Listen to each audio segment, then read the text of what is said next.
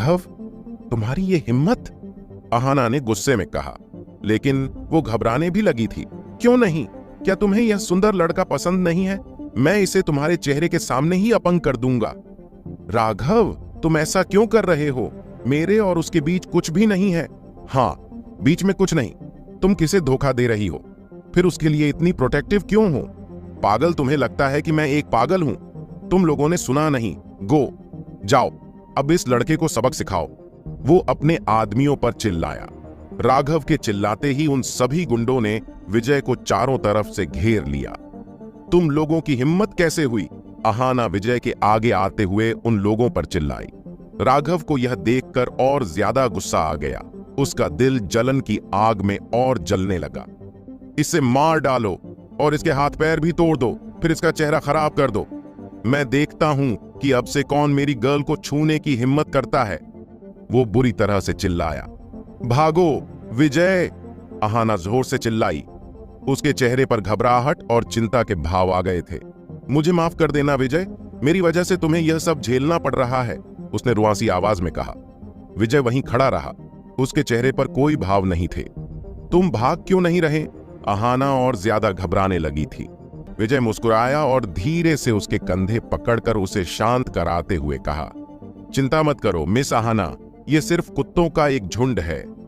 अहाना उलझन में थी। उसे समझ नहीं आ रहा था कि विजय करना क्या चाहता था। तुम्हारा क्या मतलब है? बस कुत्ते का झुंड? आखिर यह लड़का करने की क्या सोच रहा है? क्या इसने उन लोगों को अच्छे से नहीं देखा? उन लोगों का शरीर इससे दुगना है और वो कम से कम 20 लोग हैं। उनमें से हर एक इससे हट्टा कट्टा और ताकतवर है, और वो सभी लोग गुंडे हैं। यह उन लोगों से कैसे फाइट कर पाएगा? उसने मन ही मन सोचा। चिंता मत करो मिस अहाना, विजय ने उसके कंधे को थपथपाया, फिर अपना कोट उतार कर उसे दे दिया। इसके बाद उसने अपनी गर्दन चटकाई और शांत होकर आगे बढ़ने लगा। यह लड़का पागल हो गया है। मैं पहले इसका एक हाथ तोड़ूंगा, फिर एक पैर, ताकि यह घुटने टेक कर दया की भीख भी ना मांग सके, राघव के आदमियों में से एक ने कहा। विजय उनके लिए किसी बच्चे से कम नहीं था, जो 18 साल का दिख रहा था, और वो उन सभी लोगों से अकेले लड़ने की सोच रहा था। यह शायद सबसे बड़ा मजाक था जो उन्होंने अपनी जिंदगी में पहली बार सुना था। विजय ने उस आदमी की बात सुन कुछ नहीं कहा, बस एक कदम आगे बढ़ाया और अगले ही पल वो वहां से गायब हो गया।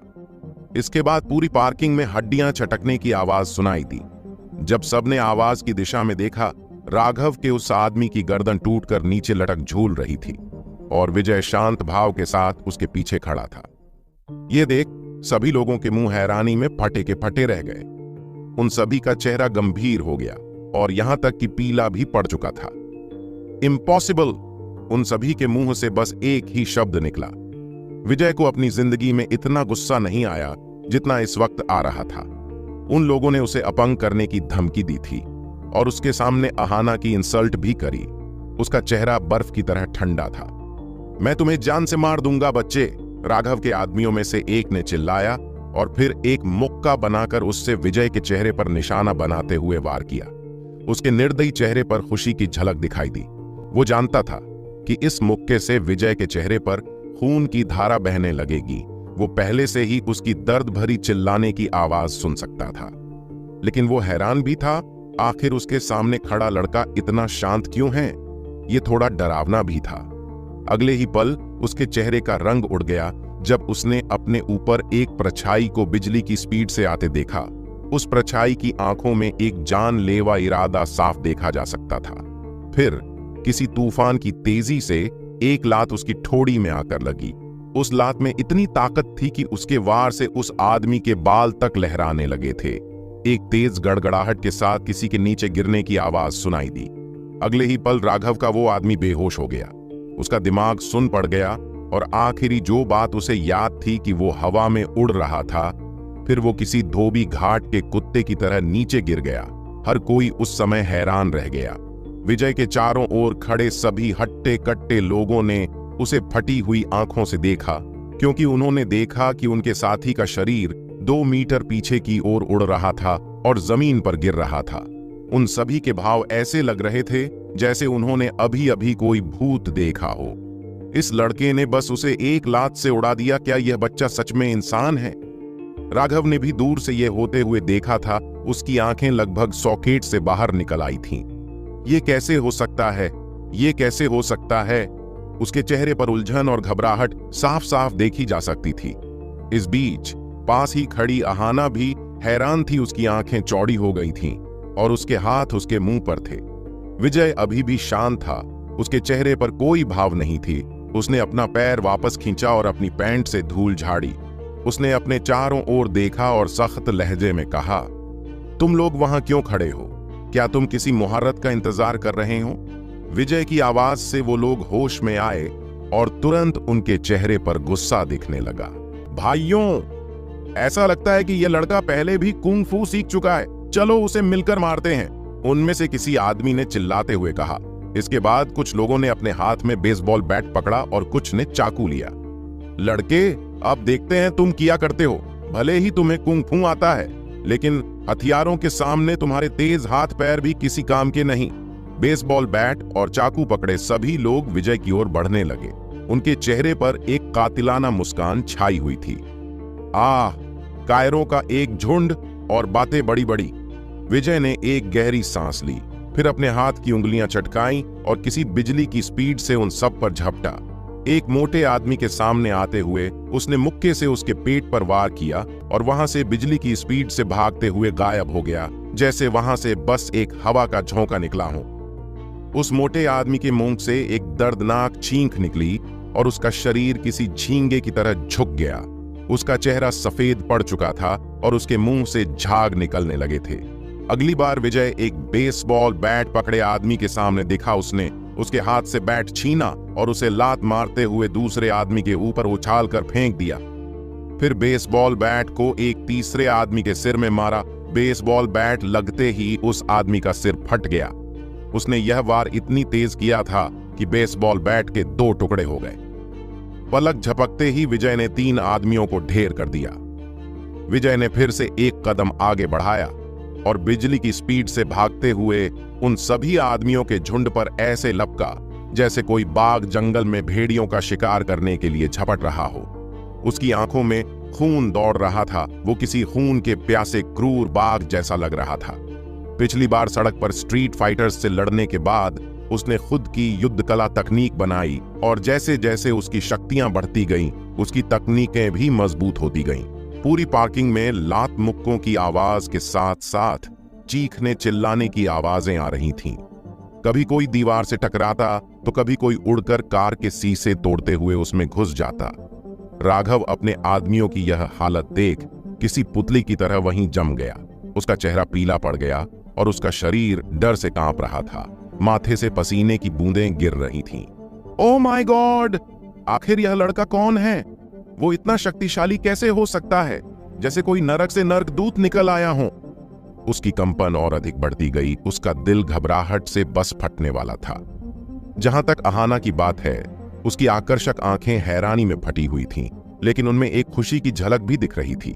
वो अपने सामने आदमियों के बीच एक लंबी और थोड़ी पतली परछाई को लड़ते हुए देख रही थी, जो किसी भूत की तरह उन सभी को इधर उधर उड़ा रही थी। एक आदमी की चीख निकली और वो एक डस्टबिन में जाकर गिरा। इसी के साथ वहां मौजूद सभी हट्टे कट्टे लोग दर्द में करहाते हुए इधर उधर पड़े थे। विजय ने अपनी कलाई चटकाई और राघव की ओर बढ़ने लगा। मेरे पास मत आओ। क्या तुम सुन रहे हो? पास मत आओ। पीछे की ओर कदम बढ़ाते हुए राघव डर से थर थर कांप रहा था। विजय के चेहरे पर एक कातिलाना मुस्कान थी। उसने एक कदम आगे बढ़ाया और अगले ही पल वो राघव के करीब आ गया और उसे किसी पंच बैग की तरह एक मुक्का मारा। क्या तुम अभी भी धमकी दे रहे हो? क्या तुमने नहीं कहा था कि तुम मुझे अपंग करना चाहते हो? अब देखते हैं कि कौन किसे अपंग करता है। विजय ने बिना रुके एक के बाद एक घूंसे उसके मुंह और छाती पर मारे। राघव जमीन पर निढाल होकर गिर गया। उसकी हालत देख कोई नहीं कह सकता था कि वो जिंदा भी है। उसके मुंह से खून किसी फव्वारे की तरह निकले जा रहा था। विजय ने तब तक घूंसे मारने जारी रखे जब तक कि वो पूरी तरह से संतुष्ट नहीं हो गया। फिर उसने झुककर एक सख्त आवाज में उससे कहा, याद रखना, अगली बार तुम मुझे कहीं दिखे या फिर मिस अहाना के आसपास मिले उन पलों को अपनी जिंदगी के आखिरी पल समझ लेना। फिर वो सीधा खड़ा हुआ और अहाना की ओर आने लगा। अहाना अभी भी वहां खड़ी थी और उसके चेहरे पर एक मूक दृष्टि थी। वो तभी होश में आई जब विजय ने उसके सामने आकर हाथ हिलाया। विजय, क्या तुम मुझे बता सकते हो आखिर तुम कौन हो? तुम लड़ने में इतने निपुण कैसे हो? उसे ऐसा लग रहा था जैसे वो किसी दूसरी दुनिया के आदमी से बात कर रही हो। विजय उसकी इस बात पर हंसने लगा। मिस अहाना, आप ऐसा क्यों कह रही हैं? अच्छा ठीक है, मैं आपको सच बता देता हूं, मैं बचपन से ही कुंग फू का अभ्यास कर रहा हूं। मैं कुंग फू मास्टर तो नहीं हूं, लेकिन उन जैसे गुंडों को अच्छे से सबक सिखा सकता हूं। विजय, मुझे ऐसा लग रहा है कि मैं तुम्हें बिल्कुल भी नहीं जानती। तुम एक चमत्कारी हकीम हो और अभी मुझे पता लगा तुम्हें कुंग फू भी आता है। तुम एक काम करो, मुझे पहले ही बता दो तुम्हारे पास और किस किस चीज का टैलेंट छिपा हुआ है। मैं पहले से ही मेंटली प्रिपेयर रहूंगी ताकि मुझे किसी दिन शोक से हार्ट अटैक ना आ जाए। अहाना ने मुस्कुराते हुए कहा। बस इतना ही, विजय अपने हाथ ऊपर उठाते हुए बोला। उसको हाथ उठाता देख अहाना अपनी हंसी को दबाने लगी, लेकिन जैसे ही उसने विजय को फिर से देखा, उसकी आकर्षक आंखों में एक अलग तरह की चमक दिखाई दी। ठीक है, ये लो अपनी जैकेट पहनो। उसने अपने हाथों में पकड़ी जैकेट विजय को देते हुए कहा। विजय ने जैकेट ली और पहनी। अपने सामने यह दृश्य देखकर जमीन पर निढाल पड़े राघव का दिल जलन से जल गया। लड़के, बस तुम इंतजार करो। उसने अपने दांतों को कस लिया और उसका चेहरा काला हो गया। उसकी आंखों में हत्या का इरादा झलक रहा था। आखिर क्या करने वाला है राघव? क्या वो आर्यन को जान से मारने की प्लानिंग कर? मिस अहाना, मैं भी आपके साथ चलूंगा। DLF लेजर पार्क पहुंचने के बाद मैं वहां से टैक्सी ले लूंगा, विजय ने कहा, क्योंकि उससे डर था कहीं रास्ते में अहाना के साथ दोबारा कोई घटना न घट जाए। ठीक है, चलो चलते हैं। अहाना ने कार का डोर ओपन किया और ड्राइविंग सीट पर बैठ गई। अहाना को लेजर पार्क छोड़ने के बाद विजय अपने नगीना गांव आ चुका था। घर पहुंचने के बाद वो बैठ गया और आध्यात्मिक तरल की एक बोतल पीने के बाद शक्तियां बढ़ाने के लिए ट्रेनिंग करने लगा। विजय सुबह लगभग 8 बजे बिस्तर से उठा। वो केवल कुछ घंटों के लिए सोया था, लेकिन फिर भी वो एनर्जेटिक महसूस कर रहा था। इसके बाद उसने आज का शेड्यूल बनाया। पैकेज देने के बाद उसे औषधीय जड़ी बूटियों के बाजार जाना होगा। उसे आध्यात्मिक तरल के लिए कुछ और जड़ी बूटियों की जरूरत थी। इसके अलावा वजन घटाने, कामोदीपक और ब्यूटी क्रीम के लिए भी जड़ी बूटियां खरीदनी थीं और उसे अब दूसरी औषधि बनाने के लिए भी कुछ अन्य औषधीय जड़ी बूटियों को खरीदना था, जैसे कि स्वास्थ्य देखभाल और बालों के विकास के लिए औषधि। स्वास्थ्य देखभाल और बाल विकास औषधि, इन औषधि में बिजनेस पोटेंशियल होना जरूरी है। विजय ने घर से बाहर निकलते हुए सोचा। उसने सामने का गेट खोला और अपनी छोटी 3 व्हीलर बाइक को धक्का दिया और बाहर निकल गया।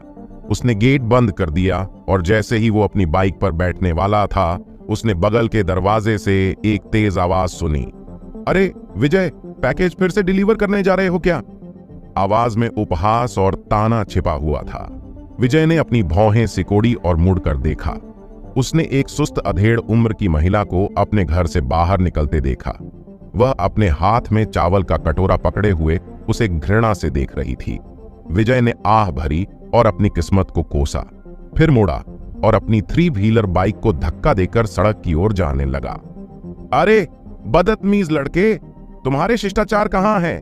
जब तुम अपने बड़ों से मिलते हो तो क्या तुम्हें उनका अभिवादन करना नहीं आता? तुम सच में बहुत बदतमीज हो। कोई शिष्टाचार नहीं। उसकी चाची तेज आवाज में उस पर चिल्लाई। मेरा राहुल तुमसे लाख गुना बेहतर है। वो अभी भी यूनिवर्सिटी में एक स्टूडेंट है, लेकिन उसके पास ज्ञान और शिष्टाचार दोनों है। तुम्हारे तरह नहीं, जो हमेशा पैकेज डिलीवरी करने के लिए बना है।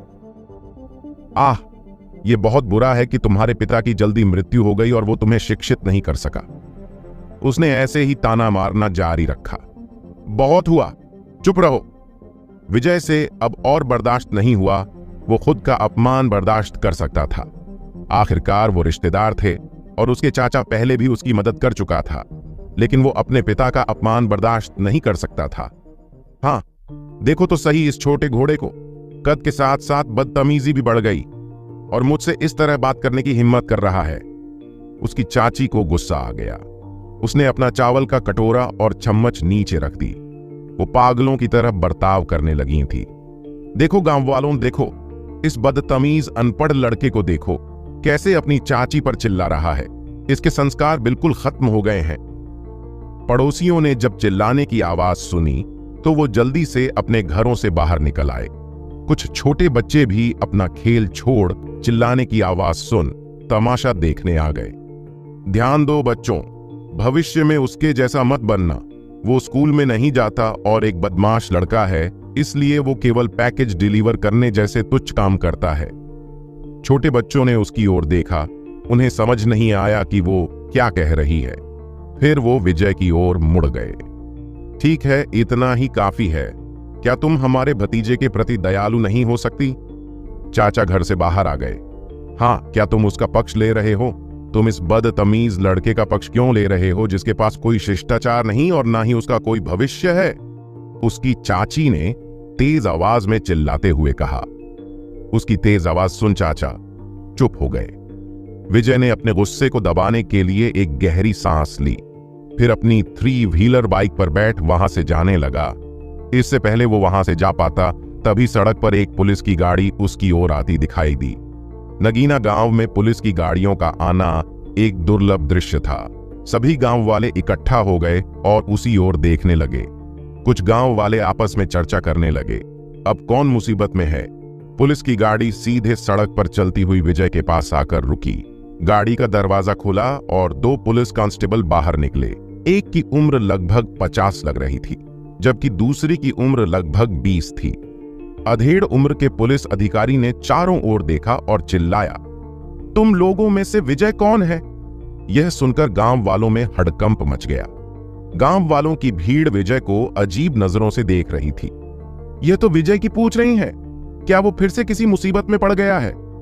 विजय हमेशा मुसीबत में क्यों रहता है? वह आधे महीने पहले भी गुंडों से लड़ने के चक्कर में अस्पताल में भर्ती रहा था और इस बार उसने पुलिस वालों के साथ पंगा ले लिया है। गांव वाले आपस में बातें कर रहे थे। इस बीच उसकी चाची खुश हो गई और उसकी खुशी साफ देखी जा सकती थी। देखो उसे, मैं उसके बारे में सही थी। मुझे पता था कि वो मुसीबत साथ लेकर घूमता है और एक दिन जेल भी चला जाएगा। देखो अब क्या हो रहा है। ये बहुत शर्म की बात है कि उसके जैसा कोई लड़का नगीना गांव में मौजूद है। यह सही है, उसकी वजह से हमारा पूरा गांव शर्मसार हो रहा है। कई लोग सहमत हो गए और उन्होंने विजय को खा जाने वाली नजरों से देखा। विजय इन पुलिस ऑफिसर्स को देख उलझन में था। उसे समझ नहीं आ रहा था आखिर उसने ऐसा कौन सा गुनाह कर दिया जो यह पुलिस वाले उसे ढूंढ रहे हैं। क्या यह कल रात की वजह से है? ऐसा नहीं हो सकता। मुझे नहीं लगता कि गुंडों के झुंड ने पुलिस को भेजा होगा। दोनों पुलिस ऑफिसर्स ने विजय को देखा। अधेड़ उम्र के पुलिस ऑफिसर ने आगे बढ़कर विजय को घूर कर देखा। तो तुम हो विजय, चलो हमारे साथ। क्या बात है ऑफिसर? विजय ने कहा, हमें गुप्त सूचना मिली है कि तुम एक डकैती में शामिल हो, इसलिए हमारे साथ चलो और इन्वेस्टिगेशन में हमारी मदद करो। अधेड़ उम्र के ऑफिसर ने ठंडे स्वर में जवाब दिया। गांव वालों के बीच चर्चा अचानक और अधिक तीव्र हो गई। अरे लूटपाट! क्या यह लड़का छोटी सी उम्र में ही लूटपाट जैसे गैर कानूनी काम भी करने लगा है? इसने तो हमारे गांव की प्रतिष्ठा बर्बाद कर दी, उसकी चाची चिल्लाई। गांव वालों की नजरें और ज्यादा इंटेंस होती गईं। मुझे विजय के इस तरह होने की उम्मीद नहीं थी। कोई आश्चर्य नहीं, वो ऐसे काम करने लगा है। जब वो छोटा था तब उसके पिता की मृत्यु हो गई थी और उसकी देखभाल करने वाला कोई नहीं था। गांव वालों ने दबी हुई आवाज में चर्चा की। लूटपाट? यह कैसे हो सकता है? कोई मुझे धोखे से फंसाने की कोशिश कर रहा है। यह सोचते हुए विजय के चेहरे का रंग बदल गया और उसे बहुत तेज गुस्सा आने लगा। एक्सक्यूज मी ऑफिसर, शायद आप लोगों से कोई गलती हुई है। भले ही आप लोगों को कोई सूचना मिली है, लेकिन क्या आपके पास मेरे खिलाफ कोई एविडेंस है? विजय ने कहा। बेशक हमारे पास है। अधेड़ उम्र का पुलिस ऑफिसर जिद्दी था। हमने तुम्हारे बैंक खाते की जांच की और पाया कि तुम्हारे पास 8 लाख से अधिक रुपए हैं। हम यह भी जानते हैं कि तुम केवल एक डिलीवरी बॉय हो, इसलिए मुझे बताऊं, एक डिलीवरी बॉय के पास 8 लाख रुपए कैसे आए? 8 लाख रुपए सुन गांव वालों के बीच फिर से फुसफुसाहट शुरू हो गई। 8 लाख रुपए? हे मेरे ईश्वर, विजय को इतना पैसा कहां से मिला? उसने पक्का इन्हें कहीं से चुराया है। 8 लाख रुपए की चोरी? आखिर विजय को इतने पैसे चुराने की सजा कितनी मिलेगी? विजय ने अपने गुस्से को दबाया और कहा, मैंने यह पैसा खुद की मेहनत से कमाया है। यह चोरी का पैसा नहीं है। जहां तक डकैती की बात है, यह सब मनगढ़ंत है। मुझे फंसाया जा रहा है। अच्छा, अधेड़ उम्र के पुलिस ऑफिसर ने मुस्कुराते हुए कहा, तुम अभी भी बहस कर रहे हो? तुम सिर्फ एक डिलीवरी बॉय हैं। तुमने 8 लाख रुपए कैसे कमाए? अगर तुम अपने बॉडी पार्ट्स भी बेच देते हो तो भी इतना पैसा नहीं कमा सकते। फिर उस ऑफिसर का चेहरा गंभीर हो गया और जवान पुलिस ऑफिसर को ऑर्डर देते हुए कहा, जाओ उसे पकड़कर गाड़ी में डालो। हम उससे पुलिस स्टेशन चलकर अच्छे से पूछताछ करेंगे। विजय को अब महसूस होने लगा था, कुछ तो गलत है। यह अधेड़ उम्र का पुलिस ऑफिसर जानबूझकर उसे किसी के साथ मिलकर फंसाना चाहता है। उसने फिर से ध्यान से सोचा। तभी उसे याद आया कि तनवीर ने कहा था कि उसका एक चाचा पुलिस ऑफिसर है। क्या यह वही है? अगर ऐसा था तो बात करने का कोई मतलब नहीं था।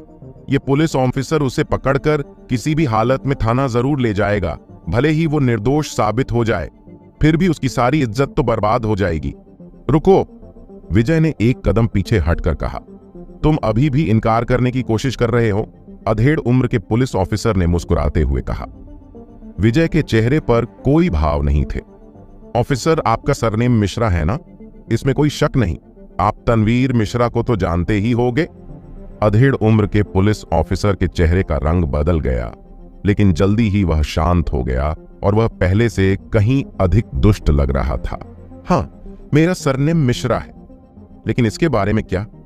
मुझे नहीं पता कि यह तनवीर मिश्रा कौन है। मैं तुम्हें लास्ट वार्निंग दे रहा हूं। अगर तुमने हमारे साथ कोऑपरेशन में मदद नहीं की तो हम तुम्हें जबरदस्ती गिरफ्तार कर घसीटते हुए पुलिस स्टेशन ले जाएंगे। मुझे नहीं लगता कि तुम अपने सभी रिश्तेदारों और गांव वालों के सामने ऐसा कुछ चाहते होगे। मैं कम से कम एक फोन तो कर सकता हूं ना? विजय ने कैजुअली कहा। अधेड़ उम्र का पुलिस ऑफिसर हैरान रह गया। फिर वो मुस्कुराते हुए सोचने लगा, वो केवल एक पिछड़े हुए गांव का गरीब लड़का ही तो है। आखिर वो फोन कर कर क्या ही कर सकता है? उसके अमीर माँ बाप तो है नहीं जो फोन करने से उसे बचाने आ जाएंगे। ठीक है, तुम फोन कर सकते हो, लेकिन इसका कोई फायदा नहीं। तुम कानून से फिर भी नहीं बच सकते। विजय ने कुछ नहीं कहा और शांति से अपनी जेब से फोन निकाला और प्रभास थापा का नंबर डायल किया। प्रभास थापा प्रॉपर्टी बिजनेस में था और वो अच्छे से इस मैटर को संभाल सकता था। उसके कुछ कनेक्शन भी होंगे जिनकी मदद से वो विजय की मदद कर सकता था। कॉल के डायल होने के कुछ देर बाद दूसरी तरफ से फोन उठा लिया गया और प्रभास की उत्साही आवाज सुनाई दी, अरे विजय, तुम हो? इतनी सुबह मुझे कैसे याद किया? बिग ब्रो, मैं अभी एक मुसीबत में हूं। 2 पुलिस ऑफिसर मेरी तलाश में आए हैं और उन्होंने कहा कि मैं एक डकैती में शामिल हूं और मुझे गिरफ्तार करना चाहते हैं। क्या? कॉल के दूसरी तरफ से विजय को प्रभास की हैरानी भरी आवाज सुनाई दी। बास्टर्ड, कौन सा कमीना मेरे छोटे भाई को फंसाना चाहता है? वो किस लूट की बात कर रहा है? क्या गड़बड़ है?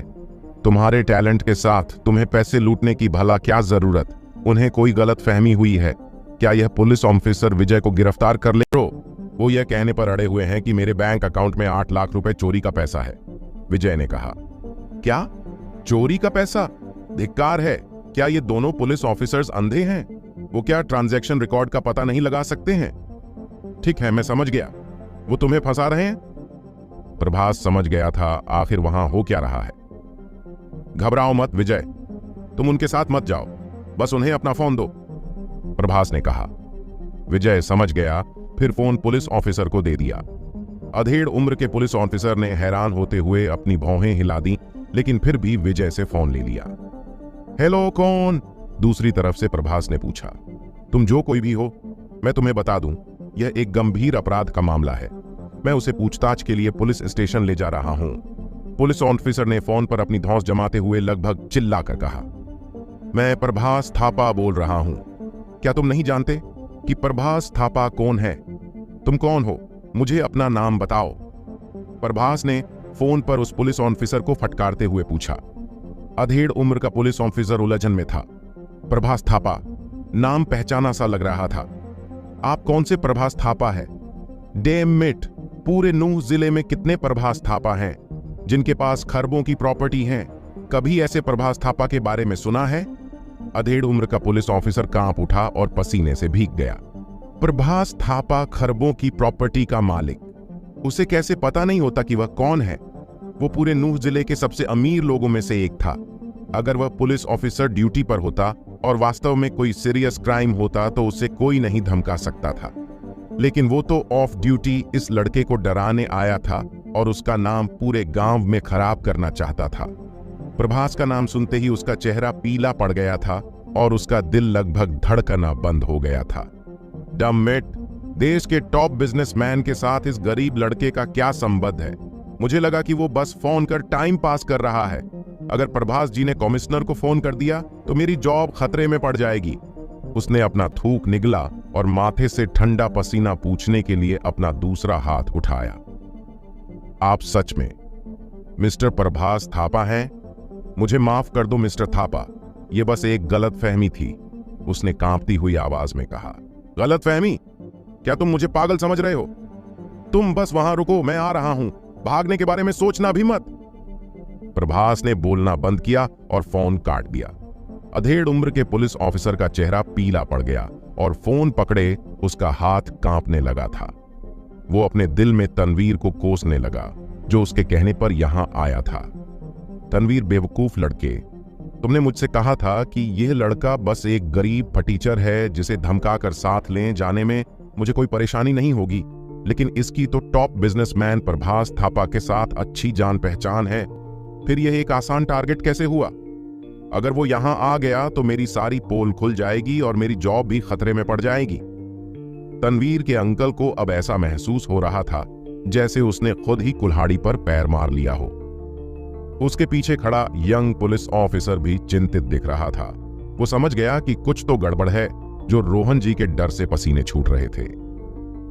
छोटे भाई, भाई विजय, रोहन मिश्रा ने जबरदस्ती मुस्कुराते हुए कहा और विजय को उसका फोन दे दिया। कौन है तुम्हारा भाई? विजय का चेहरा ठंडा था। तनवीर का अंकल रोहन मिश्रा बस खिसियाकर मुस्कुराने के अलावा कुछ नहीं कर सका। उसका चेहरा डर से पीला पड़ता जा रहा था। क्या आपसे मिस्टर प्रभास ने नहीं कहा कि आप उनका यहीं पर इंतजार करना, इसलिए बस उनके आने का इंतजार करो? विजय ने ठंडे स्वर में कहा। फिर वो शांति से अपनी 3 व्हीलर बाइक पर बैठ इंतजार करने लगा। गांव वालों को कुछ समझ नहीं आ रहा था। यह कैसा नाटक था? क्या वो पहले विजय को गिरफ्तार करने की कोशिश नहीं कर रहा था? लेकिन अब पता नहीं उसे क्या हो गया। उस पुलिस ऑफिसर को देख लग रहा था जैसे वो विजय से डर रहा हो। अरे, क्या तुम पुलिस अधिकारी नहीं हो? अगर उसने कोई अपराध किया है तो आप उसे गिरफ्तार क्यों नहीं कर रहे हैं? उसकी चाची चिल्लाई। गिरफ्तार? मैं उसे तो नहीं, लेकिन तुम्हें गिरफ्तार कर लूंगा, रोहन मिश्रा ने घबराहट में विजय की चाची से चिल्लाते हुए कहा। उसकी चाची डर गई और अपना मुंह बंद कर लिया। जैसे जैसे समय बीतता गया, उनके आसपास की भीड़ बढ़ती गई। लगभग आधा गांव विजय के घर के सामने इकट्ठा हो गया और आपस में फुसफुसाकर बातें करते हुए आगे का तमाशा देखने का इंतजार करने लगे। लगभग 20 मिनट बाद उन्होंने गांव की एंट्रेंस पर कुछ शोर सुना। सबने मुड़कर देखा और देखा कि गांव की सड़क पर गाड़ियों का एक काफिला आ रहा था। काफिले की सभी कारें लग्जरी कारें थीं। मुख्य कार रोल्स रॉयस फैंटम थी। इसके पीछे मर्सिडीज बेंज और BMW थीं। हर कोई इस नजारे को देख दंग था। वाह, ये कारें कितनी सुंदर हैं। उनमें से प्रत्येक की कीमत लाखों की होनी चाहिए। क्या लाखों की? लाखों की नहीं बल्कि करोड़ों की। आखिर इतनी महंगी गाड़ियां हमारे गांव में क्यों आ रही हैं? हमारे नगीना गांव में ऐसा कौन आ गया जिसकी वजह से यह सभी अमीर लोग यहां आ रहे हैं? सभी गांव वाले असमंजस में पड़ गए। नगीना गांव पहाड़ के किनारे एक छोटा सा गांव था। इस जगह पर शायद ही कभी कोई अजनबी आता था, लेकिन आज तो उन्होंने पहले एक पुलिस कार, फिर लग्जरी कारों का काफिला आते हुए देखा। यह सच में अजीब था। लग्जरी कारों का काफिला भीड़ के सामने वाली सड़क किनारे आकर रुका। सभी कारों के दरवाजे खुले और उनमें से कुछ लोग बाहर निकले। उनमें से प्रत्येक ने साफ सुथरे महंगे कपड़े पहने हुए थे और उनकी आभा उनकी अमीरी को दर्शा रही थी। लगभग पूरा नगीना गांव वहां इकट्ठा हो गया था। वाह, वो सभी बड़े लोग हैं। वो सब यहाँ क्यों हैं? मुझे क्या पता, शायद उन लोगों को यहाँ जमीन खरीदनी है और वो यहाँ एक कारखाना बनाना चाहते हैं। लोगों की फुसफुसाने की आवाजें और अधिक उत्तेजित हो गईं। वो विजय के साथ इस मुद्दे के बारे में लगभग भूल गए। उन्होंने कभी नहीं सोचा होगा कि ये दोनों घटनाएं एक दूसरे से जुड़ी भी हो सकती हैं। इस समय वो सभी अमीर आदमी विजय की ओर बढ़े और उसको ग्रीट करने लगे। हे विजय, परेशान मत हो, तुम्हारा बड़ा भाई प्रभास आ गया। संजय और शंकर को भी खबर मिली कि तुम किसी मुसीबत में हो, तो ये दोनों भी दौड़े दौड़े यहाँ चले आए। प्रभास ने बड़ी बड़ी चालों से उसकी ओर बढ़ते हुए कहा, चिंता मत करो विजय, तुम्हारे बड़े भाई तुम्हारे साथ खड़े हैं। डैमिट, मेरे छोटे भाई विजय के साथ खिलवाड़ करने की हिम्मत किसने की?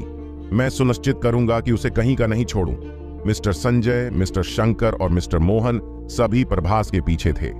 उनके साथ कुछ अनजान लोग भी थे जिन्हें विजय नहीं पहचानता था, लेकिन वो पहली नजर में बता सकता था कि वो भी शक्तिशाली अमीर आदमी थे। वो सभी लोग जल्दी से चलते हुए विजय के पास आकर खड़े हो गए। गांव के सभी लोग दंग रह गए। उन सभी के चेहरे पर घबराहट और हैरानी के भाव थे। ओह माय गॉड, क्या मेरी आंखें धोखा खा रही हैं? विजय इन सब लोगों को जानता है, ये कैसे हो सकता है? वो खुद को विजय का बड़ा भाई कह रहे हैं। गांव वालों की चीखने चिल्लाने की आवाज हर तरफ सुनाई दे रही थी। उसकी चाची वहां खड़ी थी, लेकिन उसके मुंह से एक शब्द नहीं निकल रहा था, जैसे उसने कोई मौन व्रत रख रखा हो। उसकी गोल आंखें फटी हुई थीं, उसका मुंह हैरानी से फटा हुआ था, चाहे उसमें कोई अंडा डाल दे। इस समय उसका दिमाग खाली था। क्या यह विजय एक बदमाश नाकारा लड़का नहीं है? क्या वो हमेशा से एक डिलीवरी बॉय नहीं था? वो इतने सारे अमीर लोगों से कैसे परिचित है? उसकी नजरों में विजय कचरे का एक बेकार टुकड़ा था। परिचित शायद गलत शब्द था। वो पहले से ही एक दूसरे को भाई कहकर बुलाते थे। उसकी चाची को थोड़ा चक्कर आने लगा। वह सोच रही थी कि क्या वो सपना देख रही है। दोनों पुलिस ऑफिसर्स भी आश्चर्यचकित थे। ये जितने भी आदमी थे, सभी के सभी प्रसिद्ध और सम्मानित लोग थे, जिन्हें किसी खास मौके पर ही साथ देखा जा सकता था।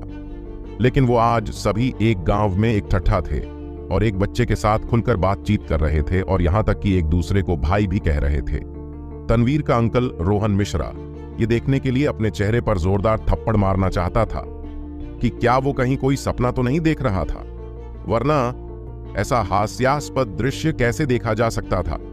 उसका चेहरा पीला और पीला पड़ता जा रहा था। उसके पैर डर से कांप रहे थे। वो अब तक समझ चुका था कि उसका करियर अब बिल्कुल खत्म है। Big bro Prabhas, big bro Sanjay, Vijay ने एक एक करके उनको ग्रीट किया। थैंक्स जो आप लोग मेरी मदद करने के लिए यहां आए। अरे ये कोई बड़ी बात नहीं है। जो भी हमारे छोटे भाई को धमकाने की हिम्मत करेगा, उससे पहले हमारा सामना करना होगा। प्रभास ने छाती पर थप्पड़ मारते हुए गुस्से में कहा। उसने मुड़कर दोनों पुलिस ऑफिसर्स को गुस्से भरी नजरों से देखा। मुझे लगता है तुम दोनों में हिम्मत बहुत है, जो अपनी पोस्ट का फायदा उठाकर आम नागरिकों को परेशान कर रहे हो। और तुमने हमारे छोटे भाई को फंसाने की कोशिश की, जो एक बहुत अच्छा लड़का है। अगर तुमने उसके साथ कुछ भी गलत करने का सोचा, वो तुम्हारे लिए कतई भी अच्छा नहीं होगा। मैंने इस मामले के बारे में पूछने के लिए पहले ही कमिश्नर से फोन पर बात कर ली है। उन्होंने मुझे बताया विजय के खिलाफ ऐसा कोई केस दर्ज नहीं है। उसके बैंक अकाउंट में जो 8 लाख रुपए हैं, वो हमने ही उसे दिए थे। अब यहां से दफा हो जाओ और अपने खिलाफ एक्शन के लिए तैयार हो जाओ। दोनों पुलिस ऑफिसर्स रिस्पेक्टफुली झुक गए और आहें भरने लगे। वो बहुत जोर से सांस लेने की हिम्मत भी नहीं कर पा रहे थे। प्रभास का बोलना समाप्त होने के बाद रोहन मिश्रा का फोन बजने लगा। कॉल नोटिफिकेशन पर नाम देखकर उसका चेहरा दूध की तरह सफेद हो गया। उसने फोन उठाया और दूसरी तरफ से कमिश्नर के चिल्लाने की आवाज सुनी। रोहन, तुम पागल हो गए हो क्या? जल्दी से यहां वापस आओ, तुम्हारी वजह से मेरी नौकरी भी खतरे में है। ओके सर, रोहन ने जल्दबाजी में सिर हिलाते हुए कहा और अपने माथे से पसीना पूछने लगा। कमिश्नर के कॉल कट करने के बाद दोनों पुलिस ऑफिसर्स पुलिस कार में बैठ वहां से चुपचाप निकल गए। गांव वालों को अब एहसास हुआ कि क्या हो रहा था। तो विजय को फंसाया गया था। ये दोनों पुलिस ऑफिसर बुरे लोग थे। ओह, मुझे पहले से ही पता था। विजय एक अच्छा बच्चा है, कोई क्यों सोचेगा कि वह चोर है, उसे फंसाया जा रहा था। ओह, क्या तुम देख नहीं पा रहे? विजय पहले से बहुत ज्यादा बदल चुका है, वो कई बड़े बड़े लोगों को जानता है। नगीना गांव के लिए यह एक सम्मान की बात है। गांव वालों ने तुरंत अपनी आवाज बदल दी और विजय की तारीफों के पुल बांधने लगे। गांव वालों के मुंह से विजय की तारीफ सुन उसकी चाची का चेहरा पीला पड़ गया। उसे अच्छा नहीं लग रहा था। आखिर विजय अब तनवीर के साथ किया करने वाला था जो उसने यह गंदा खेल खेला था। क्या विजय की चाची और सभी गांव वालों का उसके लिए नजरिया बदलेगा? आखिर क्या होगा इस कहानी का अगला पड़ाव जानने की इच्छा से उसकी चाची की नजरों में कचरे का एक बेकार टुकड़ा था। वो यह स्वीकार नहीं कर सकी कि वह अचानक इतना लोकप्रिय बन गया था। अब सब ठीक है विजय, वैसे क्या हुआ? तुम्हें किसने फंसाया? प्रभास ने पूछा। ये सब मेरे एक पुराने क्लासमेट की करतूत है जिसका नाम तनवीर मिश्रा है। वो मेवात मॉडल स्कूल के प्रिंसिपल का बेटा है, विजय ने जवाब दिया। इसके बाद उसने उनके बीच किस बात को लेकर झगड़ा हुआ वो सब कुछ बताया। अच्छा, ऐसी बात है, ये तनवीर का बच्चा तो बहुत चालाक है। उसने अपने पिताजी के स्कूल प्रिंसिपल होने का फुल फायदा उठाया है, मिस्टर मोहन ने गुस्से में कहा। मिस्टर शंकर ने आखिरकार बात की।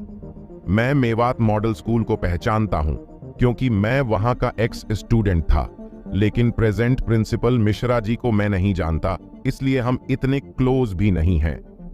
जैसा कि तुमने बताया, मुझे नहीं लगता वो प्रिंसिपल भी कोई अच्छा आदमी है।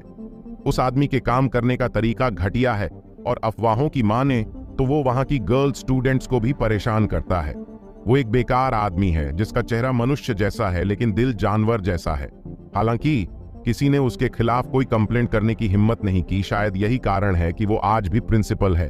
अब जब उसके बेटे ने मेरे भाई के साथ पंगा लेने की हिम्मत की तो ये उसने बहुत बड़ी गलती कर दी। अब मैं उसके साथ कुछ ऐसा करूंगा जो उसने कभी नहीं सोचा होगा। सबसे पहले उसे प्रिंसिपल पोस्ट से रिजाइन देना होगा। यह सही तरीका है शंकर। मैं इस तरह के पाखंडी को कभी बर्दाश्त नहीं कर सकता जो अपने फायदे के लिए अपनी पोस्ट का गलत इस्तेमाल करता है। मैं भी इसमें तुम्हारी मदद करूंगा, प्रभास ने कहा। मैं भी उसे सबक सिखाने में तुम्हारी मदद करूंगा, मिस्टर सोहम ने भी कहा। थैंक्स जो आप सभी मेरी हेल्प करने आए, विजय ने ग्रेटफुली कहा। अरे विजय, मैंने तुमसे कितनी बार कहा है भाइयों के बीच कोई फॉर्मेलिटी नहीं होती। इधर आओ, मैं तुम्हें कुछ और दोस्तों से मिलवाता हूं, प्रभास ने कहा। उसने वहां उनमें से प्रत्येक का परिचय देते हुए नए चेहरों की ओर इशारा किया। मैंने तुम्हारे बारे में सुना है विजय। वो लोग आगे आए और मुस्कुराते हुए विजय से हाथ मिलाया। विजय, शायद अब तुम्हें यह घर छोड़ देना चाहिए। पता नहीं तुम अभी भी यहां क्यों हो। मैं तुम्हारे लिए इससे भी अच्छा घर खरीद कर दूंगा। प्रभास ने जब अपने सामने विजय के घर की खस्ता हालत देखी तो उसे अच्छा नहीं लगा कि विजय इस बेकार घर में रहता है। हाँ विजय, तुम्हारे बड़े भाइयों के होते हुए हम तुम्हें इस तरह की दयनीय परिस्थितियों में नहीं देख सकते, मिस्टर मोहन ने प्रभास की हाँ में हाँ मिलाते हुए कहा। इट्स फाइन, मुझे यहां रहने की आदत है। मुझे यहां से कहीं जाने की जरूरत नहीं। मुझे लगता है कि मामला अब सुलझ गया है। चलो चलते हैं, विजय ने कहा। ठीक है, चलो। तुम मेरी कार में बैठकर चल सकते हो, मिस्टर मोहन ने विजय से कहा। ओह, हेलो मोहन, तुम गलत समझ रहे हो। विजय मेरे साथ मेरी कार में चलेगा, प्रभास चिल्लाया। नहीं, तुम सब गलत समझ रहे हो। विजय मेरी कार में चलेगा, मिस्टर शंकर ने भी कहा। गांव वाले एक बार फिर दंग रह गए जब उन्होंने अमीर लोगों को इस बात पर बहस करते देखा कि विजय को कौन अपने साथ ले जाएगा। वो ये समझ नहीं पा रहे थे कि विजय जैसे गरीब लड़के के लिए यह सभी अमीर दिखने वाले आदमी आपस में क्यों झगड़ रहे थे। थैंक्स, आप लोगों को मेरी चिंता करने की कोई जरूरत नहीं, मेरे पास अपनी बाइक है, विजय ने खासकर अपनी 3 व्हीलर बाइक की ओर इशारा करते हुए कहा। प्रभास और अन्य लोग यह देखकर हैरान रह गए। कुछ देर तक वो कुछ नहीं बोले। विजय लो प्रोफाइल रखना चाहता है, मिस्टर मोहन ने कहा। ओह, लो प्रोफाइल? अच्छा, तुम अपने टैलेंट का दिखावा नहीं करना चाहते? बाकी सभी मोहन की बात से सहमत हो गए। इसके बाद नगीना गांव में एक बहुत विचित्र नजारा दिखाई दिया। एक छोटी सी 3 व्हीलर बाइक पर एक सुंदर लड़का बैठा था जिसका चेहरा साफ था और उसने सफेद बटन डाउन शर्ट पहनी हुई थी। उसके पीछे लग्जरी कारों का एक काफिला चल रहा था। वहां भीड़ में इकट्ठा सभी गांव के लोग विजय को अलग नजरों से देख रहे थे। दोपहर में विजय औषधीय जड़ी बूटियों के बाजार में गया। इस बार उसकी शॉपिंग लिस्ट में 30 से अधिक जड़ी बूटियां थीं। डिवाइन बुक में सभी औषधीय जड़ी बूटियों के प्राचीन नाम थे। वर्तमान समय में सभी नाम बदल गए थे और उन्हें ढूंढना मुश्किल था। कुछ तो विलुप्त भी हो चुके थे। विजय ने कई बार बाजार का चक्कर लगाया, लेकिन फिर भी केवल 20 के आसपास ही जड़ी बूटियां ढूंढ पाया।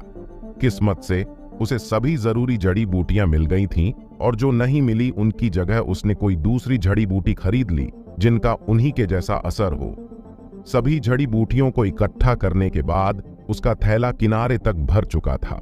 वो औषधीय जड़ी बूटियों के बाजार से अपनी छोटी 3 व्हीलर बाइक पर बैठ गांव की ओर निकलने की तैयारी करने लगा।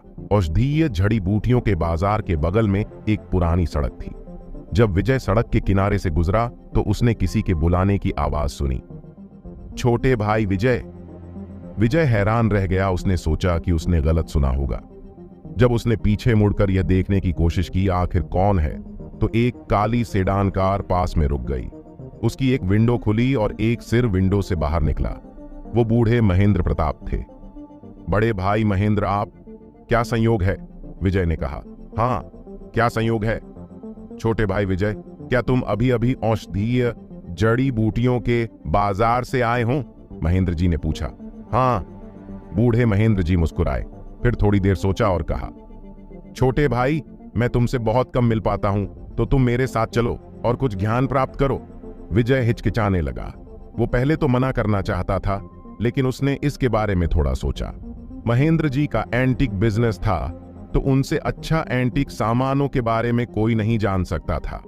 उनसे एंटीक्स की जानकारी लेने में कोई बुराई नहीं थी।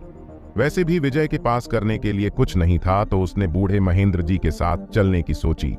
ठीक है, विजय ने सिर हिलाया और मान गया। फिर, छोटे भाई, मेरी कार का पीछा करो, हमें बस पास में ही जाना है, बूढ़े महेंद्र ने मुस्कुराते हुए कहा। उसके बाद कार धीरे धीरे आगे बढ़ी और पुरानी सड़क पर कुछ दूर जाकर रुक गई। बूढ़े महेंद्र प्रताप कार से बाहर निकले। उन्होंने एक पारंपरिक चीनी सूट पहना हुआ था। वो पहले से ज्यादा ऊर्जावान लग रहे थे। ड्राइवर सीट से एक आदमी बाहर निकला, जो लगभग 40 वर्ष की आयु का एक अधेड़ उम्र आदमी लग रहा था। यह मेरा बेटा है, प्रणव प्रताप। ये छोटा भाई विजय है, जिसका मैंने अभी थोड़ी देर पहले जिक्र किया था। महेंद्र जी ने उन दोनों को एक दूसरे से मिलवाया। अच्छा, तो तुम हो दिव्य डॉक्टर विजय? सॉरी, मेरे बिहेवियर के लिए मुझे माफ कर देना, प्रणव ने फिर अपने पापा की तरह ही उसे इज्जत देते हुए कहा। इट्स ओके, विजय ने तुरंत कहा। चलो छोटे भाई, महेंद्र जी ने आगे चलते हुए कहा। संयोग से आज एक ट्रेड फेयर है, मैं तुम्हें वो दिखाने के लिए लाना चाहता था। Trade fair? क्या यह कोई भूतिया बाजार है? बूढ़े महेंद्र हंस पड़े। नहीं, जब तुम वहां पहुंचोगे तो तुम देख लेना।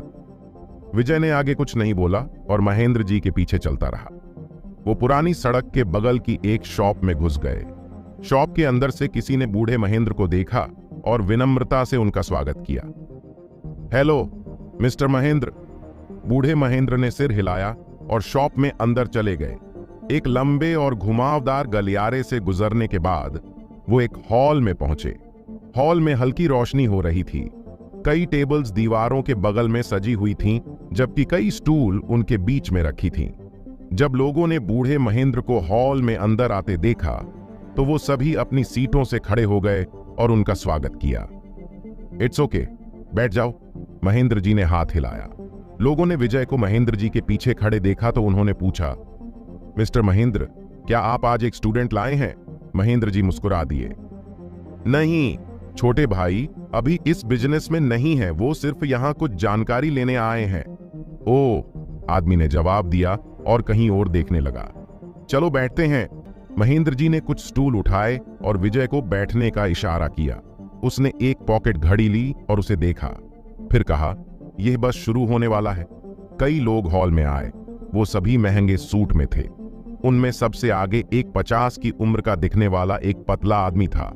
उसके चेहरे पर एक पतली घुमावदार मूंछ थी और वो कुछ हद तक चूहे की तरह दिख रहा था। जब उसने हॉल में अंदर आने के बाद महेंद्र जी को देखा तो उसने कहा, अरे तुम यहां हो महेंद्र? महेंद्र जी ने गुस्से भरी लेकिन थोड़ी धीमी आवाज में कहा, युवराज ठाकुर। ऐसा लग रहा था कि इस आदमी का उन पर अच्छा प्रभाव नहीं था। कृपया आज हमें अपना ज्ञान दिखाए मिस्टर महेंद्र। भले ही युवराज ठाकुर ने ऐसा कहा था, लेकिन उसकी आवाज मजाक से भरी हुई थी और उसमें सम्मान का कोई संकेत नहीं था। विजय ने भी इस पर ध्यान दिया। वो समझ गया कि जरूर यह दोनों बिजनेस राइवल्स होंगे। बड़े भाई, ये आदमी कौन है? विजय ने धीमी में आवाज में मिस्टर प्रणव से पूछा। उसका नाम युवराज है और पूरा नाम युवराज ठाकुर है। उसकी एंटीक शॉप पिछले 10 सालों से हमारी सबसे बड़ी कंपटीटर रही है, प्रणव ने जवाब दिया। विजय ने सब समझते हुए सिर हिलाया। कुछ देर बाद हॉल की एक सीलिंग लाइट जली। इसके बाद वहां कुछ काले कपड़े पहने लोग एक कतार में आए, जिन्होंने काले कपड़े से ढके हुए कुछ आइटम्स को पकड़ा हुआ था। उन्होंने सभी आइटम्स को टेबल्स पर रखा जो हॉल में चारों ओर थी। यह शुरू होने जा रहा है, महेंद्र जी ने कहा। जब सभी आइटम्स टेबल्स पर रख दिए गए तो उन लोगों ने काले कपड़े को हटा दिया और सभी आइटम्स को रिवील किया। वो सभी आइटम एंटीक वस्तुएं थीं, जैसे टेराकोटा की आकृतियां, पेंटिंग्स और जेड नक्काशी। कुल 25 एंटीक आइटम्स थे। कुछ आइटम प्राचीन वस्तुएं लग रही थी, उनमें से कुछ पर अभी भी गंदगी थी, जैसे कि हाल ही में उनको खोजा गया हो। इन सभी वस्तुओं को डर्ट स्किमर्स द्वारा इकट्ठा किया जाता है और वो इन्हें यहां विशेष रूप से एंटीक दुकानों के मालिकों के लिए नीलामी के लिए रखते हैं। ये सभी लोग इस सड़क पर एंटीक आइटम्स की प्रमुख दुकानों के मालिक हैं, प्रणव ने धीमी आवाज में विजय को बताया। विजय उलझन में था। डर्ट स्किमर्स से आपका क्या मतलब है? विजय ने अपनी आवाज धीमी नहीं की और सभी ने इसे सुना। सभी एंटीक दुकानों के मालिकों को पता था कि विजय इस बिजनेस में नहीं था, इसलिए उन्हें नहीं लगा कि उसका मजाक उड़ाना चाहिए। जहां तक युवराज ठाकुर की बात थी, उसने विजय को एक आंख मारी और हंसने लगा। यहां एक बेवकूफ बच्चा क्यों है? महेंद्र, मैं तो कहता हूं तुम्हें इसको अभी बहुत कुछ सिखाना चाहिए। महेंद्र जी का चेहरा भावहीन थी, लेकिन उन्हें युवराज से बहस करना जरूरी नहीं लगा, इसलिए उन्होंने कुछ जवाब नहीं दिया। इसके बाद वो एक साइड चले गए और एक मिट्टी के बर्तन की जांच करने लगे। डर्ट स्किमर वो लोग हैं जो प्राचीन वस्तुओं की दुकान नहीं चलाते हैं, लेकिन स्थानीय लोगों से सामान लेने के लिए गांवों में जाते हैं, प्रणव ने कहा। उनमें से कुछ तो अपने सामान कब्र लूटने वालों से भी खरीदते हैं। क्या विजय भी कोई एंटीक आइटम खरीदेंगे या फिर वो ऐसे ही बैठकर यहाँ जानकारी प्राप्त करेगा? आखिर क्या होगा? इस ट्रेड फेयर हॉल में जानने के लिए बने रहे हमारी कहानी सुपर बिजनेसमैन के साथ। विजय ने सिर हिलाया और अंत में समझ गया कि कब्र लुटेरे कौन लोग होते हैं। जो लोग प्राचीन कब्रों से सामान चुराते हैं उन्हें कब्र लुटेरा कहते थे। विजय ने पहले कभी ऐसा कुछ नहीं देखा था। फिर वो उत्सुकता से अपने चारों ओर की गतिविधियों को ध्यान से देखता है। अचानक उसकी भौहें फड़क उठीं। उसने देखा कि इन आइटम्स में कुछ अजीब था। उनके चारों ओर ऊर्जा बहुत ज्यादा मात्रा में बह रही थी। जब वो दूर खड़ा था तो उसे ऊर्जा के प्रवाह का एहसास नहीं हुआ, लेकिन जब वो पास गया तो वो इसे महसूस कर सकता था। जब उसने उन आइटम्स पर हाथ रखा तो ऊर्जा और भी बेहतर महसूस हो रही थी। शायद ये सभी आइटम्स सदियों पुराने हैं, जिस वजह से इन सभी आइटम्स में ऊर्जा जमा हो गई होगी। लेकिन मुझे लगता है इन आइटम्स में जिसमें अधिक मात्रा में ऊर्जा है वो सबसे ज्यादा पुराना होगा। विजय ने इसके बारे में सोचते हुए समझा। महेंद्र जी ने अपने सामने रखा चिकनी मिट्टी के बर्तन का कटोरा उठाया। उन्होंने कुछ समय के लिए इसका ध्यान से निरीक्षण किया, फिर उसे मेज पर रख दिया। मैं इस कटोरे के लिए 1,50,000 रुपए की बोली लगाता हूं। महेंद्र द्वारा लगाई गई बोली सुनने के बाद सभी लोग चारों ओर जमा हो गए। उन्होंने बारी बारी से कटोरे को देखा और कुछ अन्य लोगों ने बोली बढ़ाते हुए कहा, मैं 1,60,000 की बोली लगाता हूं। 1,70,000, 2 लाख, युवराज ने भीड़ को दबाते हुए चिल्लाया। महेंद्र जी की अभिव्यक्ति बदल गई। फिर उन्होंने युवराज को देखते हुए ठंडे स्वर में कहा, यह तुम्हारा हुआ। आपकी उदारता के लिए धन्यवाद मिस्टर महेंद्र। युवराज ने कटोरा उठाते हुए हंस दिया। ओह, यह एंटीक कटोरा तो आखिरी प्राचीन शाही खानदान के शासनकाल से है। इसकी क्वालिटी उतनी अच्छी नहीं है, लेकिन इसकी कीमत बहुत अच्छी होनी चाहिए। युवराज उस कटोरे को उठाते हुए बोला। युवराज द्वारा अपनी बोली लगाने के बाद किसी और ने अधिक बोली नहीं लगाई। इसी के साथ चिकनी मिट्टी का कटोरा युवराज का हो गया। विजय हैरान रह गया। क्या हुआ? प्रणव ने समझाया। यह चिकनी मिट्टी का कटोरा वास्तव में बुरा नहीं है, लेकिन 2 लाख रुपए की कीमत उसके लिए बहुत ज्यादा है और अधिक कीमत की बोली लगाकर खरीदना एक बेवकूफी भरा काम होगा। विजय ने समझते हुए सिर हिलाया। युवराज हंस रहा था जैसे कि उसने कोई जंग जीत ली हो। उसने महेंद्र को घमंड से देखा और फिर मुड़कर चल दिया और एक पास ही की टेबल पर जाकर रुक गया। उसके सामने टेबल पर 12 जेड मूर्तियां थीं। एक जेड खरगोश, जेड बाघ, जेड घोड़ा और जेड से तराशे गए अन्य जानवर थे, जिन्हें प्राचीन गुप्त कलाओं द्वारा तराशा गया था। सभी मूर्तियां जटिल थीं और ऐसा महसूस हो रहा था जैसे सभी जानवर जिंदा हों। कुछ मूर्तियों पर अभी भी कुछ गंदगी थी, वो शायद कुछ समय पहले ही खोजे गए थे। उन मूर्तियों को देखकर युवराज की आंखें चमकने लगीं। उसने मूर्तियों का ध्यान से निरीक्षण किया, फिर चिल्लाते हुए कहा, मैं पूरे सेट के लिए 8 लाख रुपए की बोली लगाता हूं। अन्य सभी लोग उसे देखने के लिए उसके चारों ओर जमा हो गए कि उसने किस चीज के लिए इतनी महंगी बोली लगाई थी। यह मूर्तियां तो वाकई अच्छी है, शायद इन्हें शुद्ध जेड एलिमेंट द्वारा बनाया गया है। महेंद्र भी उन लोगों की भीड़ के बीच में खड़ा था। उसने देखा कि सभी लोग उन मूर्तियों की तारीफ कर रहे हैं, तो वो भी बोली लगाने लगा। कीमत जल्द ही 10 लाख को पार कर गई। विजय अवाक रह गया। उसकी कुल बचत 7 लाख थी।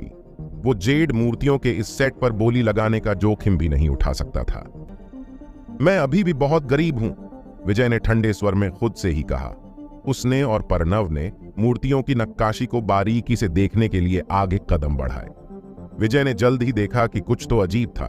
सबने कहा कि ये मूर्तियां प्राचीन काल के शाही राजवंश से थीं, जिन्हें शुद्ध जेड एलिमेंट द्वारा बनाया गया था, लेकिन उन मूर्तियों पर ऊर्जा की एक बहुत कमजोर धारा बह रही थी।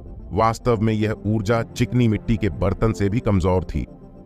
यह अजीब बात है। क्या ये नकली हैं? विजय ने गहराई से सोचा। मूर्तियों की कीमत बढ़ती रही और बढ़ते बढ़ते 15 लाख तक पहुंच चुकी थी। मैं 15 लाख 10,000 की बोली लगाता हूं, महेंद्र जी ने बोली लगाते हुए कहा। मैं 15 लाख 40,000 की बोली लगाता हूं, युवराज ने भी पीछे न हटते हुए बोली लगाई। महेंद्र जी हिचकिचाने लगे और दांत भींच बोली लगाते हुए चिल्लाए, 15 लाख 60,000, 15 लाख 80,000। युवराज ने अपनी बोली लगाने से पहले एक बार भी संकोच नहीं किया। विजय ने देखा कि महेंद्र जी एक और बोली लगाने वाले थे। वो आगे बढ़ा और धीमी आवाज में उनसे कहा, बड़े भाई, मुझे लगता है कि इन मूर्तियों में कुछ गड़बड़ है। महेंद्र हैरान रह गया। उसने मुड़कर विजय की ओर उलझन में देखा। क्या विजय ने यह नहीं कहा था कि उसे प्राचीन एंटीक आइटम्स के बारे में कुछ अनुभव नहीं था? इसके अलावा जेड मूर्तियों के इस सेट के साथ कुछ अजीब कैसे हो सकता है? यह शुद्ध जेड से बनी हुई है। इसके अलावा यहाँ मौजूद सभी लोगों द्वारा इन मूर्तियों का अच्छे से निरीक्षण किया गया था, लेकिन फिर भी किसी को कुछ अजीब नहीं लगा। युवराज ने विजय का हंसकर मजाक उड़ाया। भले ही विजय ने यह बात धीमी आवाज में कही, लेकिन उसने सुन ली थी। बच्चे, एक कोने में जाकर चुपचाप बैठ जाओ। तुम जैसे बेवकूफ लड़के को कुछ अजीब कैसे लग सकता है? तुम्हें यहां आने से पहले अभी भी कम से कम 20-30 साल का अनुभव चाहिए। सभी एंटीक दुकानों के मालिक भी हंसे। उन्होंने विजय को ऐसे देखा जैसे वो किसी बेवकूफ को देख रहे हों। वो सिर्फ एक नासमझ लड़का है, बस उसे नजरअंदाज करो। लेकिन महेंद्र जानता था कि विजय कोई बेवकूफ नहीं है और वो कुछ ऐसा देख सकता था जो एक सामान्य आदमी नहीं देख सकता था। अब वो बोली लगाने में भी संकोच करने लगा, इसलिए उसने अपनी आखिरी 16 लाख की बोली लगाकर पीछे हटना सही समझा। जेड मूर्तियों का सेट अंततः युवराज द्वारा 16,20,000 की सबसे ज्यादा बोली लगाकर जीत लिया गया। तुम अपने होश में नहीं हो महेंद्र, जो एक बच्चे की बातों पर विश्वास कर पीछे हट गए। अब मैं सभी गुडीज अपने साथ लेकर जा रहा हूं। हा, ऐसा लगता है कि तुम्हारी बूढ़ी आंखें खराब हो गई हैं। मुझे लगा कि यह मूर्तियों का सेट मुझे 20 लाख रुपए का पड़ेगा, लेकिन तुम्हारी वजह से मुझे 4-5 लाख रुपए का फायदा हो गया। युवराज ने महेंद्र का मजाक उड़ाते हुए कहा। महेंद्र जी हड़बड़ाते हुए विजय को एक साइड ले गए। विजय, तुम्हें क्या अजीब लगा जो तुमने बोली लगाने से मना कर दिया? बड़े भाई, मुझे लगता है कि जेड मूर्तियों का सेट नकली है। मैं मानता हूं कि मैंने पहले कभी एंटीक आइटम्स का मूल्यांकन नहीं किया है, लेकिन मेरी नजरें कभी धोखा नहीं खा सकती। विजय ने ऊर्जा महसूस करने के बारे में ना बताते हुए जवाब दिया, क्योंकि वो उसको इस बारे में नहीं बता सकता था। महेंद्र जी उसका जवाब सुन अवाक रह गए, क्योंकि यह सुनकर कोई भी व्यक्ति जोर से हंसेगा। यदि आप एंटीक आइटम्स का मूल्यांकन नहीं कर सकते, तो फिर आप कैसे कह सकते हैं कि वो नकली हैं? इट्स ओके, उसने अपना सिर मजबूरी में हिलाया। इसके बाद बहुत सारे एंटीक आइटम्स की बोली लगी, जिनमें से कुछ को तो बहुत महंगी कीमतों पर खरीदे गए, तो कुछ आइटम्स तो मुश्किल से ही किसी का ध्यान खींच पाए। विजय ने एक बार और हॉल का चक्कर लगाया। उसे अचानक कुछ महसूस हुआ और उसकी आंखें हॉल के कोने में खड़ी एक टेराकोटा मूर्ति पर जम गई। विजय ने मूर्ति को उठाया और ध्यान से उसका निरीक्षण किया। तुरंत उसका चेहरा खुशी से चमक उठा। इस मूर्ति में बाकी सभी एंटीक आइटम्स से ज्यादा मात्रा में ऊर्जा बह रही थी। इसका मतलब था कि यह सबसे प्राचीन वस्तु थी। आमतौर पर वस्तु जितनी अधिक प्राचीन होगी, उतनी ही अधिक मूल्यवान होगी। विजय बेहद खुश हो गया, क्योंकि वो जानता था कि उसने जैकपॉट मारा था। मैं इसके लिए 10,000 की बोली लगाता हूं, उसने अपने बगल में खड़े काले कपड़े पहने आदमी से कहा। एंटीक आइटम्स की दुकान के मालिकों ने सुना कि एक बोली लगाई जा रही है, जिसे देखने के लिए सबने पीछे मुड़कर देखा, लेकिन विजय को बोली लगाता देख सबने निराशा में अपना सिर हिलाया। उस मूर्ति के लिए किसी ने बोली नहीं लगाई। युवराज ठाकुर ने हंसकर उसका मजाक उड़ाते हुए कहा, यह लड़का सच में एक बेवकूफ है जो एक नकल की गई मूर्ति को खरीद रहा है। महेंद्र जी ने विजय के हाथ में मूर्ति को देख उससे नीची आवाज में कहा, विजय, मुझे नहीं लगता तुम्हें इस पर 10,000 रुपए खर्च करने की जरूरत है, क्योंकि यह एक नकल है।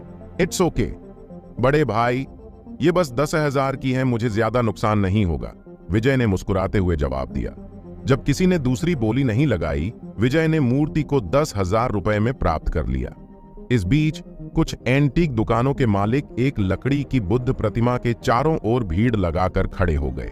बोली 5,000 रुपए से शुरू हुई और जल्द ही 15,000 तक पहुंच गई। विजय भी देखने के लिए वहां गया और जल्द ही उसके चेहरे पर एक उलझन भरी अभिव्यक्ति पैदा हो गई। उसने दुकान मालिकों की बातें सुनी। बुद्ध की प्रतिमा प्राचीन काल के राजवंश समय की थी, जो चिकनी मिट्टी के बर्तन के समान पुरानी थी। इस प्रतिमा को बनाने के लिए सस्ते सामान का इस्तेमाल हुआ था और उस पर की गई नक्काशी भी औसत थी, इसलिए उसकी कीमत ज्यादा नहीं थी। विजय ने थोड़ी देर उस प्रतिमा का निरीक्षण किया। उसने देखा कि इसमें ऊर्जा कुछ अजीब थी। पहली नजर में प्रतिमा के चारों ओर ऊर्जा की धारा पतली थी। एक बार जब उसने इसे छुआ, तो उसे प्रतिमा के अंदर छिपी हुई ऊर्जा की एक तेज धारा महसूस हुई। अंदर कुछ तो अद्भुत है। विजय उत्साहित हो गया और बोली, लगाने में शामिल हो गया। धीरे धीरे कीमत बढ़ती गई। ज्यादातर लोग 25,000 की बोली लगाने के बाद पीछे हट गए। अंत में विजय ने लकड़ी की बुद्ध प्रतिमा की नीलामी 30,000 में जीती। युवराज ने उसे एक नजर देखा और हंसने लगा। महेंद्र, मुझे लगता है तुम्हारा स्टूडेंट दिमाग से लाचार है। उसने पहले एक नकली मूर्ति खरीदने के लिए 10,000 खर्च किए और अब उसने एक बेकार लकड़ी की प्रतिमा खरीदने के लिए और 30,000 खर्च कर दिए। वो तुम्हारी एंटीक एलिगेंस शॉप का नाम डुबा रहा है। महेंद्र ने उसे ठंडे स्वर में जवाब देते हुए कहा, मैंने तुम्हें पहले भी बताया था, इस लड़के को एंटीक आइटम्स के बिजनेस के बारे में कोई जानकारी नहीं है। हो सकता है कि उसे जानकारी ना हो, लेकिन क्या वो तुम्हारा गेस्ट नहीं है जो तुम्हारे नाम को शर्मसार कर रहा है? युवराज ने मजाक उड़ाया। एंटीक दुकानों के मालिकों ने कुछ नहीं कहा, क्योंकि वो सभी जानते थे कि वह दोनों लंबे समय से बिजनेस राइवल्स थे। लेकिन फिर भी कुछ लोग मंद मंद हंस रहे थे। उनकी नजरों में विजय किसी बेवकूफ से कम नहीं था, जिसने एक टेराकोटा की बेकार मूर्ति 30,000 रुपए में खरीदी। 30,000 रुपए उस लकड़ी की बनी प्रतिमा के लिए बहुत ज्यादा थे। उसकी कीमत 10 या 20,000 रुपए से अधिक नहीं थी। हर कोई उसके चेहरे को देख मजबूरी में सिर हिलाने लगा, क्योंकि सभी देख सकते थे कि उस बच्चे के चेहरे पर उन आइटम्स को खरीदने की कितनी खुशी थी, जैसे उसने कोई बड़ा सौदा कर लिया था। बेचारा, अधिकांश दुकान मालिक ऐसा ही सोच रहे थे। क्या विजय ने सच में नकली सामान खरीदकर अपना नुकसान कर लिया था?